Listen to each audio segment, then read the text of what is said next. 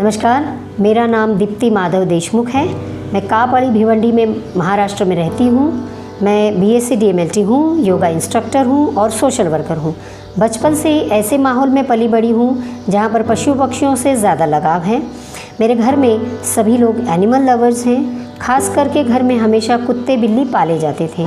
शायद इसी वजह से मेरा लगाव इन प्राणियों के प्रति बढ़ता ही जा रहा था। 1994 में इसकी शुरुआत हुई। घर के बाहर बैठे इन जानवरों को बिस्किट, टोस्ट, दूध खिलाना शुरू किया। फिर धीरे धीरे पापा के साथ घर के आसपास के एरिया में जाकर भूखे जानवरों को खिलाना शुरू किया।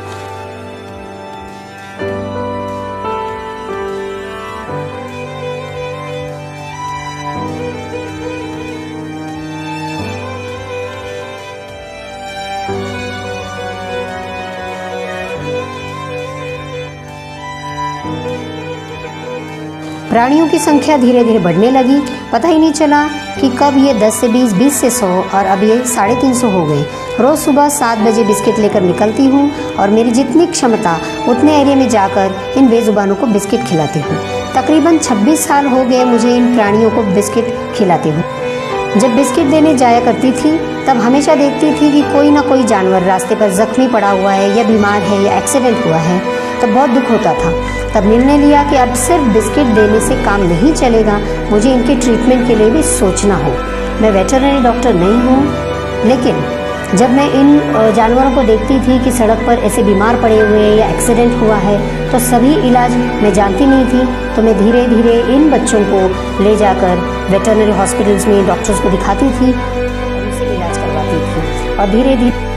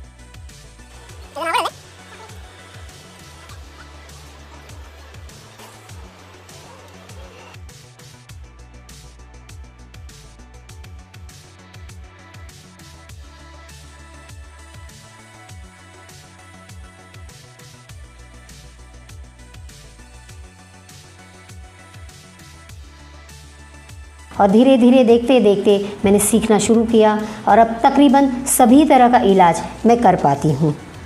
तकरीबन 20,000 से ऊपर इन जानवरों को इलाज करके मैंने बचाया है। ये काम मेरा यहाँ नहीं रुका।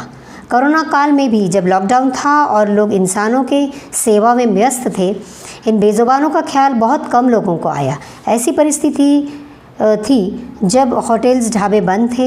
इनकी जीविका इन्हीं पर निर्भर थी। इन बेजुबानों के खाने पीने के लाले पड़ गए थे। उस वक्त मैंने इसका बीड़ा उठाया। मेरे साथ मेरे कुछ साथियों ने भी साथ दिया, जो मुझे भिवंडी के हर गली रास्ते पर ले जाते अपनी बाइक पर बिठाकर, ताकि मैं उन तक पहुंचकर उनको खाना खिला सकूं। इस कोरोना काल में मैंने तकरीबन 1000 से 1200 इन भूखे जानवरों तक पहुंचकर इनको रोज़ बिस्किट देना और कोई ज़ख्मी या बीमार दिखे तो इनका इलाज करना शुरू किया। जब भी कोई कॉल आए किसी भी एरिया से किसी भी वक्त, मैं वहां पहुंचकर इन प्राणियों का इलाज करती हूं। अब ऐसे लगने लगा है कि मैं खुद एक वेटरनरी डॉक्टर बन गई हूं।